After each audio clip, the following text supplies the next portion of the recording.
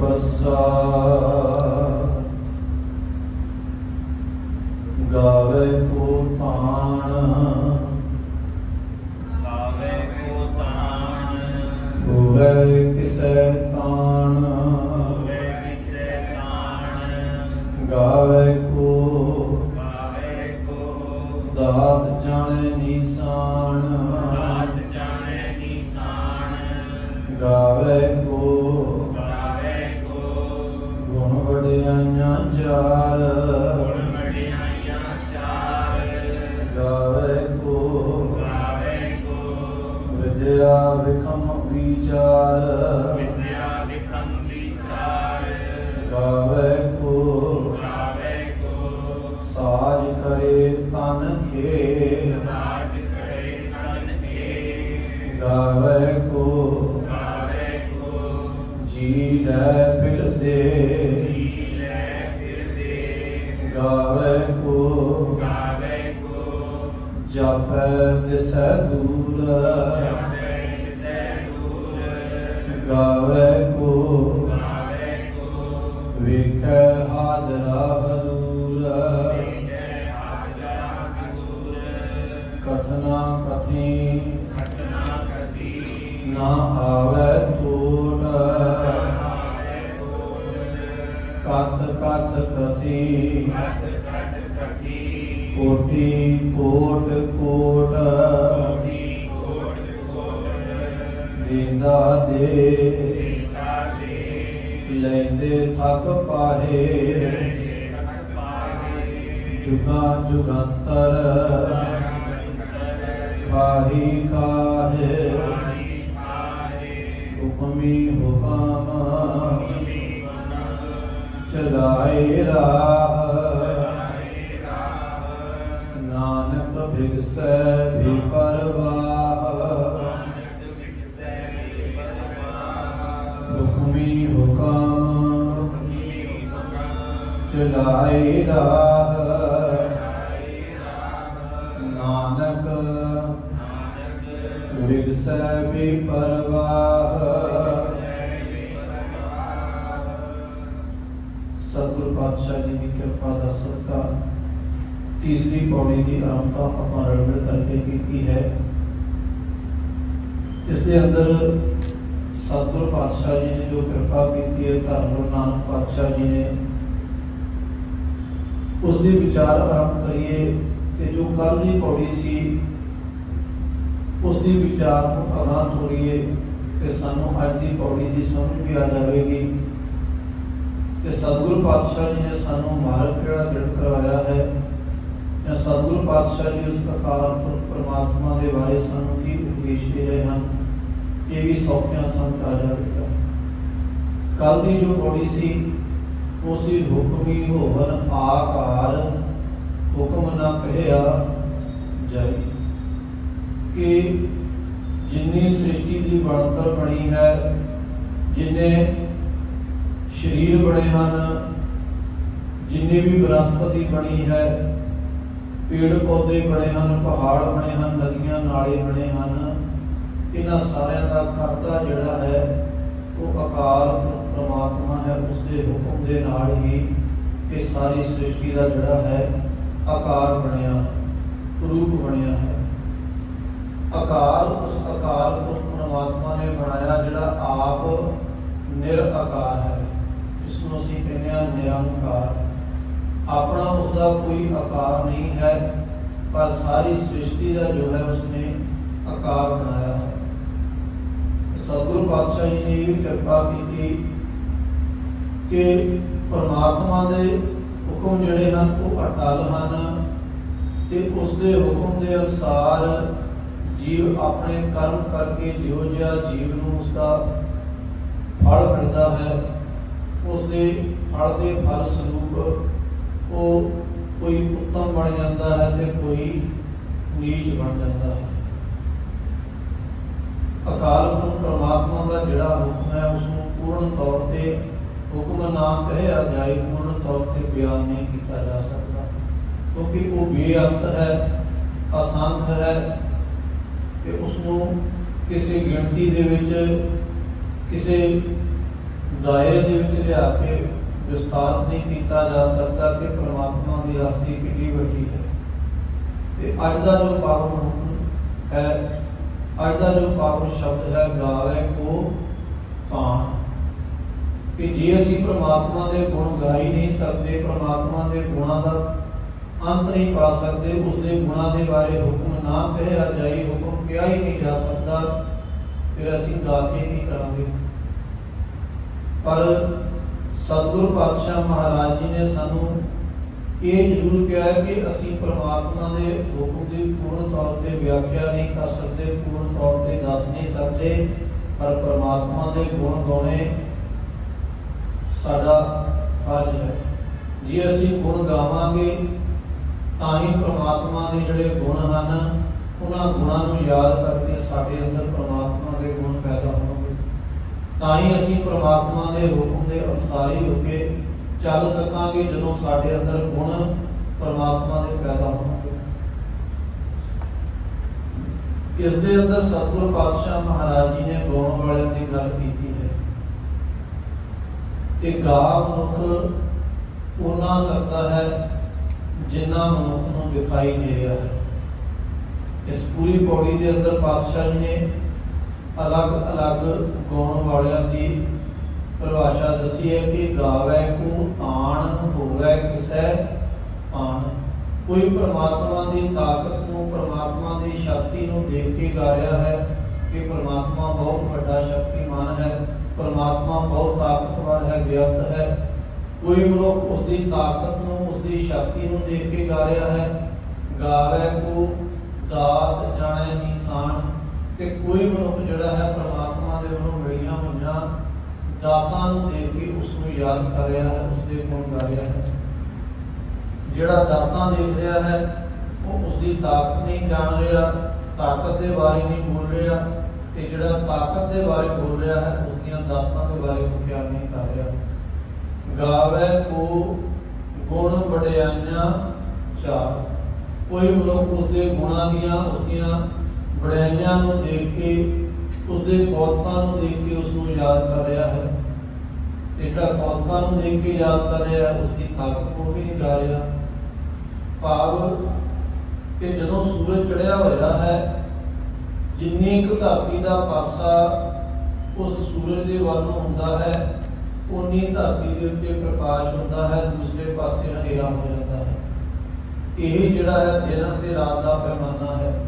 इत्थे दिन चढ़िया होया है ते इस वेले यूएसए कनेडा दे विच रात पई हुई है। जिस पासों धरती का पासा सूरज के सामने आता है उन्ना क पासा जिहड़ा है धरती का प्रकाशमान हो जाता है, बाकी पासे हनेरा रहता है। उस तरह ही साडी बुद्ध है, क्योंकि परमात्मा व्याप्त है, अपार है, कि साडी बुद्धि दे विच वो समा नहीं सकता। साडी बुद्धि बहुत छोटी है। तेरे गुण बहुते मैं एक ना जानिया। साडी बुद्धि छोटी है ते परमात्मा के गुण जिहड़े हन अनेक हन। ते असीं पूर्ण तौर पर अपनी रसना के नाल, अपनी बुद्धि के नाल परमात्मा के गुण जिहड़े हन उन्हां नूं विस्तार नहीं कर सकते। ते जे कोई गा रहा है उसके बाबत धन गुरु गोबिंद सिंह पातशाह जी पावन बाणी का सी पाठ निता प्रति सवेरे ते शाम करते हैं चौके साहिब का। उसके अंदर सतगुरु जी ने कृपा की है कि आप अपनी बुद्ध है जेती वर्णत भिन्न भिन्न तो व्यक्ति। जिन्ना जिसनों ज्ञान होता है, जिन्ना कुजे दे विच पानी आ गया, कुजा वो घड़ा उस पानी के बारे दस सकता है। घड़ा कदे भी समुद्र के बारे नहीं दस सकता कि समुद्र कितना बड़ा है। जिन्ना क साड़ियां अखां दे नाल सानू आकाश दिखदा है, असीं उन्ने आकाश की गल कर सकते हैं, उन्ने तारियां की गल कर सकते हैं। पर पूर्ण तौर पर असीं ना तो सारा आकाश नाप के दस सकते हैं ते ना ही सारे तारे जिहड़े हैं उन्हां दी गिणती करके दस सकते हैं, क्योंकि जो सानू दिखाई दे रहा है उन्हां के असीं दूजियां नूं दस सकते हैं। कि पातशाह जी धन गुरु नानक पातशाह जी ने कृपा की कि जिहड़ा गा भी रहा है वो भी उन्ना गा रहा है जिन्ना उसने प्राप्त किया है। जिवें कोई समुद्र दे विच चुभी मारेगा ते किसी नूं मोती मिल गए, किसी नूं सिप्पियां मिल गई, कोई मछियां फड़ के बाहर आ गया, तो जिन्हें मच्छी फड़ी उन्हें मच्छी की गल दसनी, जिन्हें मोती चुगे उन्हें मोती की दसनी है, तो जिन्हों सिप्पियां संख लग पे उन्हें उन्होंने गल करनी। तो पातशाह जी कृपा करते हैं कि जिहड़े गा रहे हैं जिन्नी उन्होंने प्राप्ति हुई है परमात्मा के वलों उन्नी ही बुद्ध का जिहड़ा है संगत के नाल दूजियां दे नाल प्रगटावा कर रहे हैं। गणती गणी न जाए तेरे दर पड़े, परमात्मा के दर से किन्ने खान उन्हों की गिनती भी नहीं की जा सकती। ते जिहड़े उसके बारे दसते फिरदे हैं वो भी केवल उन्ना ही दसते हैं जिन्ना उन्होंने सुनिया है, जब जिन्नी उन्होंने प्राप्ति हुई है पूर्ण तौर पर कोई भी नहीं दस सकता। कोई उसकी शक्ति को देख के गा रहा है कि परमात्मा ने कोल ताकत बहुत है, कोई उसकी अंतरता को देख के कि परमात्मा ने सोहने अखां कान नक दे दिता, सोहना स्वरूप दे दिता, कोई इस चीज को देख के गा रहा है, कि कोई परमात्मा के गुणों को उसके पौधों को देख के गा रहा है। गावे को विद्या विखम विचार, कोई औखियां विद्या पढ़ के संस्कृत फारसी उर्दू पढ़ के अरबी पढ़ के उसके गुण गाता है कि परमात्मा किड्डा बेअंत है, किड्डा विशाल है कि उसने इन्नियां औखियां विद्या भी प्राप्त लाई है, इन्नियां औखियां भाषावां भी बनाई हैं। अनेक तरह के संसार के अंदर असीं जिन्ने बैठे हैं साडी सारियां दी अपनी अपनी किसी एक चीज़ के प्रति सोच हो सकती है, तो जो जी साडी सोच है असीं उहो जिहा ही उसका बख्यान करांगे। गावे को साज करे तन के, कोई इस गल नूं परमात्मा दी नूं याद करके देख के गाया है कि परमात्मा धरती के उत्ते जीवां की साजना करता है, उन्होंने जन्म दिंदा है, ते जन्म देने तो बाद करे तन के उन्होंने शरीर को संघार भी दिंदा है, उन्होंने नाश भी कर दिंदा है। गावे को जी लै, फिर देखो इस गल को याद करके परमात्मा के गुण गाया है कि जे परमात्मा मारदा है कि परमात्मा उन्होंने शरीरों के विचों जिंद कढ़ के दूसरे शरीरों के विच पा के नवा जीवन नालों नाल पैदा भी कर रहा है।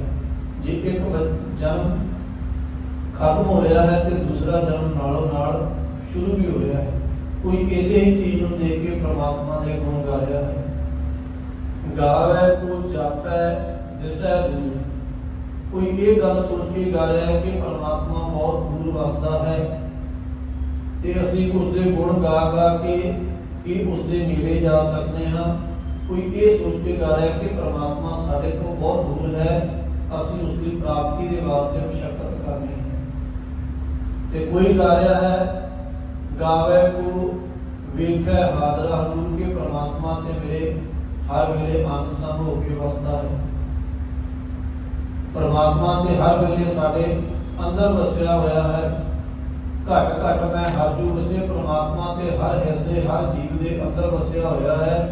कोई ये सोच के परमात्मा नूं गा रहा है कि परमात्मा हर वेले है हजूर, कत दूर तावो परमात्मा साडे हर वेले नेड़े वसण वाला है। कथना कथी ना आवे कोट, पर पातशाह जी कृपा करन बेअंत लोग भावें संसार दे परमात्मा के अलग अलग गुणों को उसदियां वडियाइयां नूं उसदियां शक्तियां नूं उसदियां ताकतां नूं देख के गा रहे हैं, पर परमात्मा के बारे वर्णन करदियां अज तक कदे परमात्मा के गुणों के विच जां परमात्मा की हस्ती के विच घाट नहीं आई, खोट नहीं आई कि इन्नी लुकाई ने परमात्मा नूं गा लिया ते हुण उहदे इन्ने गुण गा हो गए ते इन्ने को बचे हैं। जिन्हें उसके गुण गाए हैं उस तो भी बेअंत परे अजे तक उसके गुण गाने वाले बाकियां किन्ने हैं वो किसी को नहीं पता। कथ कथ कथी कोटि कोट कोट, अनेकां ही संसार के उत्ते कोट तो भाव इत्थे करोड़ है। गुरु ग्रंथ साहिब पातशाह महाराज जी के अंदर तीन तरह के नाल कोट शब्द आया है।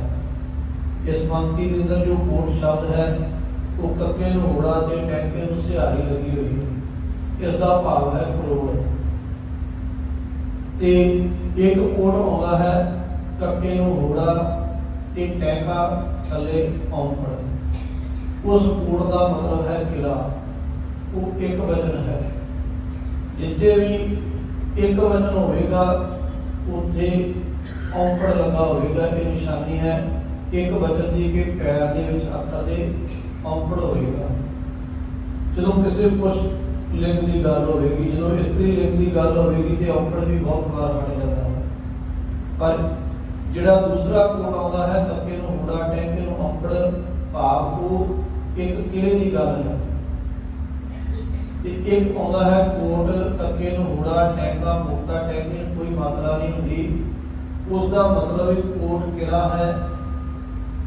ते वो कोट का मतलब है कि एक तो ज़्यादा की गल हो रही है। तीन तरह के नाल कोट शब्द जिहड़ा है गुरु ग्रंथ साहिब पातशाह जी के अंदर आया। इत्थे सतगुरु पातशाह जी ने कृपा की कि परमात्मा के गुण गाउण वाले कथ कथ कथी करोड़ां ही लोग संसार तो परमात्मा की वडियाई करते, उसके गुणों का वर्णन करते संसार तो चले गए हैं।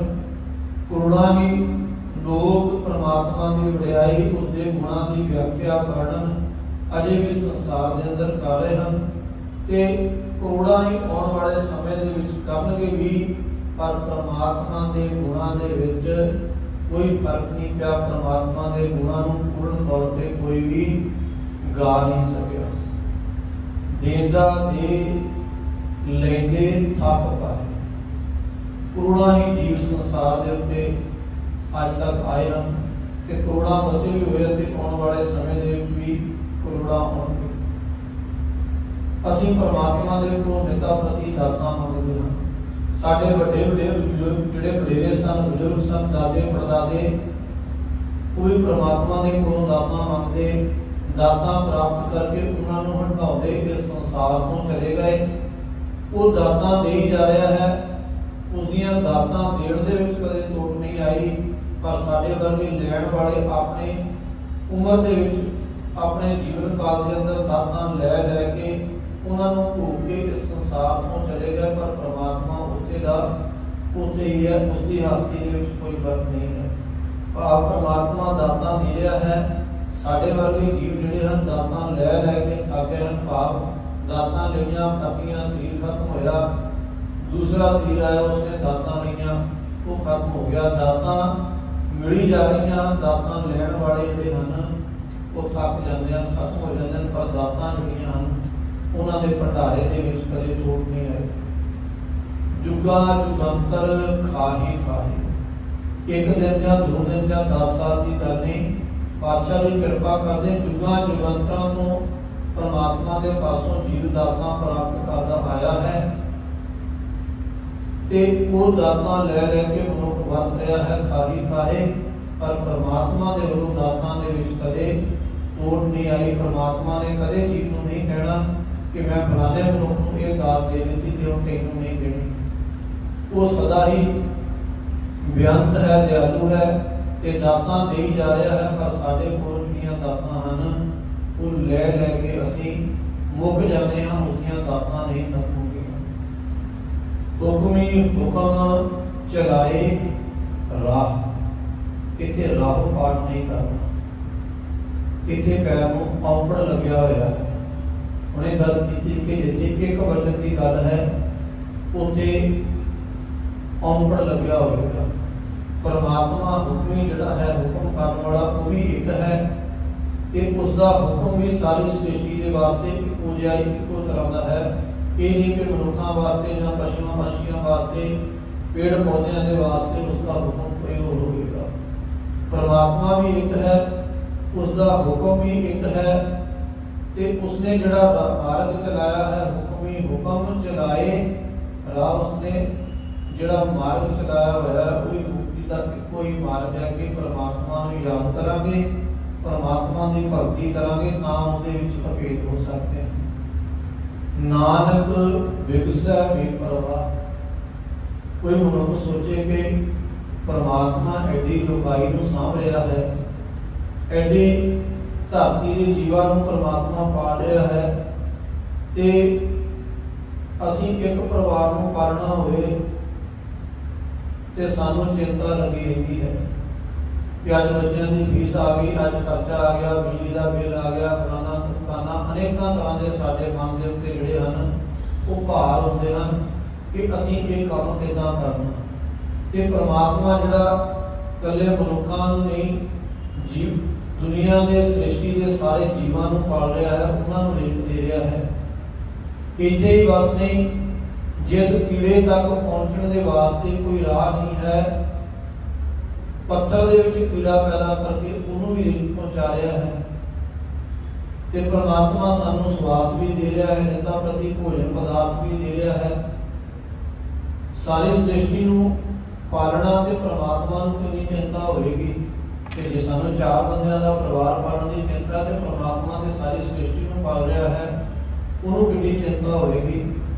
पर परमात्मा जे एडी सृष्टि नूं पाल रहा है, जिड्डी वड्डी परमात्मा दी बनाई हुई करते दी कुदरत है, सृष्टि है, परमात्मा के गुण जिहड़े हन उस तो भी किते वध के वड्डे हन। उसके गुणां दा जे अंत नहीं पा सकते ते पातशाह जी कृपा करदे, जिहड़ा मतलब आप चिंता दे विच आवेगा ते ओह दूसरिਆਂ ਨੂੰ भी चिंता ही देवेगा।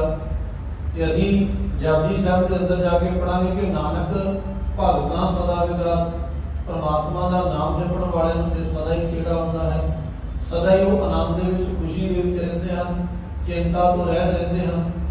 ते फिर परमात्मा जिहड़ा है उस सृष्टि के अंदर सृष्टि को बना के, उसको चला के, उसको जन्म दे के, मार के, भोजन पदार्थ दे के चिंता दे विच होवेगा नहीं। परमात्मा जिहड़ा है बेपरवाह है। नानक विगसै बेपरवाह, वो बेपरवाह है, उसको कोई फर्क नहीं पैंदा सृष्टि के अंदर किन्ने जीवां की अज मौत हुई है, किन्नियां दा जन्म होया है, किन्नियां नूं भोजन मिलिया, किन्ने भुखे रह गए। उसने अपना विधान बनाया हुआ है, वो सारे के वास्ते सोच रहा है, पर वो इन्हां चीज़ों की चिंता नहीं करता। जिवें बचपन दे विच जिहड़े मिट्टी नाल खेडे हैं, उन्होंने खेडिया भी होगा तो देखा भी होगा कि जिहड़े बच्चे हैं वो गिल्ली मिट्टी को अपने पैर के उत्ते मच के उसका घर बनाते हैं। तो जदों पैर रख के गिल्ली मिट्टी को मच लेंदे हैं तो उसके विचों पैर कट के कहते हैं कि मेरा घर बन गया। तो मुड़ के अपने साथियों को भी दिखाते हैं मेरा घर सोहना बनया। साडे भी पिंड के नाल जो बनता लगता है असीं पिछे खेडां खेडियां। तो एक बार बच्चा खुश है कि उसने एक घर मिट्टी का आप बना लिया तो अपने मित्रों को दिखाता। तो जदों घर जाने का समा होया उस ही पैर के नाल उस घर को फुट मारिया तो तां भी खुश है तो अपने घर को जा रहा है। बच्चे को कोई फर्क नहीं पिया कि घर बनाया, मेहनत लगी, घर तोड़िया, उसनों कोई फर्क पिया।